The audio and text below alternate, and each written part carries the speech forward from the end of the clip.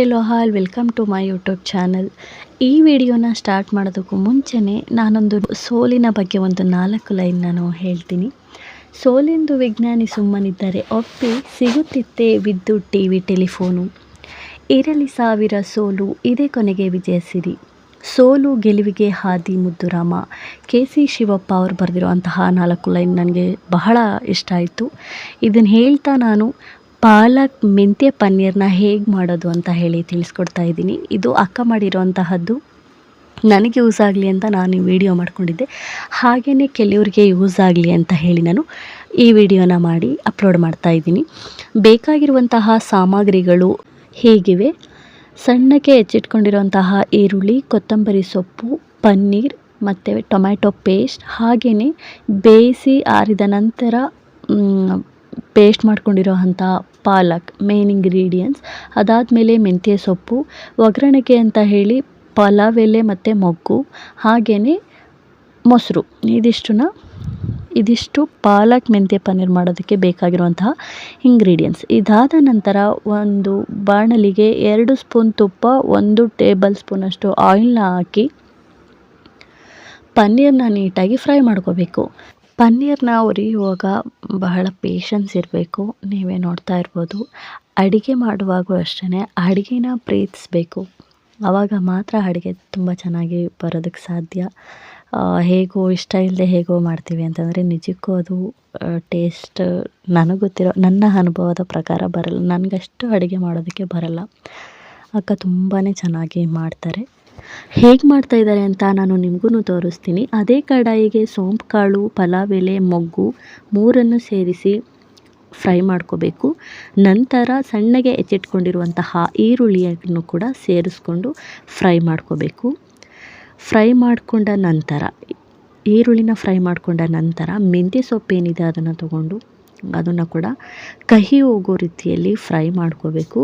ಮೆಂತ್ಯ ಸೊಪ್ಪಿನ ಬಗ್ಗೆ ನಾನು ಹಿಂದಿನ ವೀಡಿಯೋದಲ್ಲಿ ಸಹ ಹೇಳಿದ್ದೀನಿ, ನಮ್ಮ ಹೆಲ್ತ್ಗೆ ಎಷ್ಟು ಒಳ್ಳೆಯದು ಅಂತ ಹೇಳಿ. ಮೆಂತ್ಯ ಸೊಪ್ಪು ಇದ್ದರೆ ಯೂಸ್ ಮಾಡ್ಕೋಬೋದು, ಇರಲಿಲ್ಲ ಅಂದರೆ ಸ್ಕಿಪ್ ಮಾಡ್ಬೋದು. ನಾವಿತ್ತು ಅಂತ ಹೇಳಿ ಸ್ವಲ್ಪ ಟೇಸ್ಟಿಯಾಗಿರಲಿ ಅಂತ ಹೇಳಿ ಆ್ಯಡ್ ಮಾಡ್ಕೊಂಡಿರೋ ಅಂತಹದ್ದು.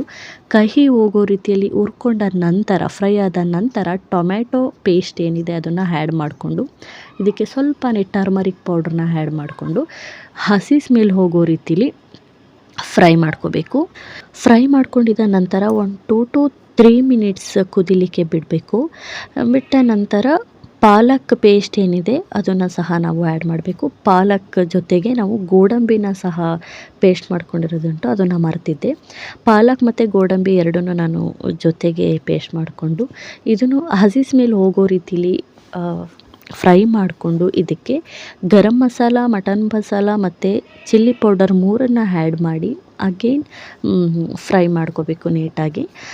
ನೀವು ನಿಮ್ಮ ಮನೇಲಿ ಯಾವ ಪೌಡ್ರ್ ಇರುತ್ತೆ ಅದನ್ನೇ ಯೂಸ್ ಮಾಡ್ಬೋದು. ನಾವು ಚಿಲ್ಲಿ ಪೌಡರ್ ಮತ್ತು mutton powder, garam masala 3 add ಮಾಡಿರೋದುಂಟು. ಇದನ್ನು ಕೂಡ ನೀಟಾಗಿ ಫ್ರೈ ಆದ ಮೇಲೆ 1 to 3 ಮಿನಿಟ್ಸ್ ಇದನ್ನು ಕುದಿಲಿಕ್ಕೆ ಬಿಟ್ಟು ನಂತರ ಸ್ವಲ್ಪ ಮೊಸರನ್ನ ಆ್ಯಡ್ ಮಾಡ್ಕೋಬೇಕು. ಮೊಸರಿರೋರು ಮೊಸರನ್ನ ಆ್ಯಡ್ ಮಾಡ್ಬೋದು, ಇಲ್ಲ ಅಂತ ಕ್ರೀಮ್ ಯೂಸ್ ಮಾಡ್ತಾರೆ.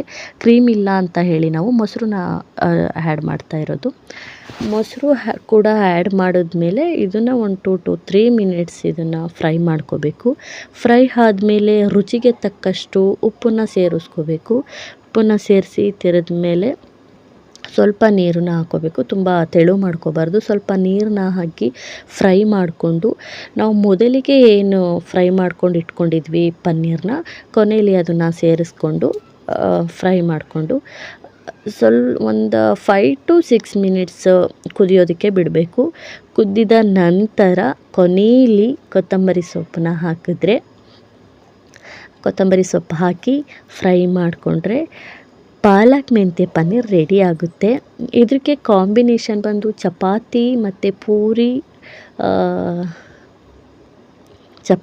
ಪೂರಿ ಅನ್ನಕ್ಕೂ ತುಂಬಾ ಚೆನ್ನಾಗಿರುತ್ತೆ, ಚಿರೋಟಿ ಇದಕ್ಕೆಲ್ಲ ಚೆನ್ನಾಗಿರುತ್ತೆ. ನೋಡ್ತಾ ಇರ್ಬೋದು ಪಾಲಕ್ ಮೆಂತ್ಯ ಪನ್ನೀರ್ ಎಷ್ಟೊಂದು ಚೆನ್ನಾಗಿ ಬಂದಿದೆ ಅಂತ, ಅಷ್ಟೇ ಟೇಸ್ಟಿಯಾಗಿ ಕೂಡ ಇತ್ತು.